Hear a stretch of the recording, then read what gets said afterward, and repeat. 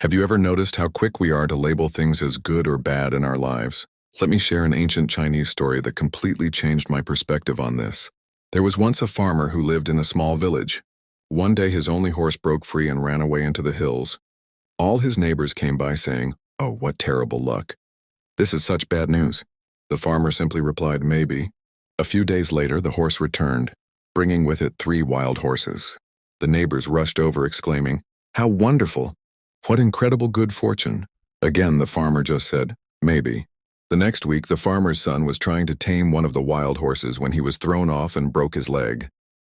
The neighbors came once more, saying, "Oh, what a tragedy." "This is horrible," the farmer's response. "You guessed it.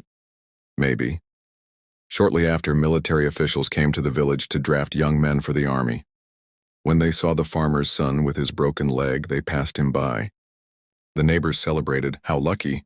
This is amazing news," and the farmer, he simply said, "Maybe."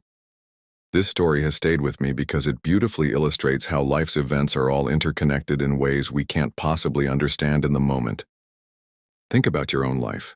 Remember that job you didn't get that felt like the end of the world? Maybe it led you to something better, or that relationship that ended painfully.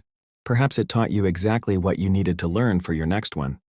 The truth is, we're all characters in an infinitely complex story that's still being written.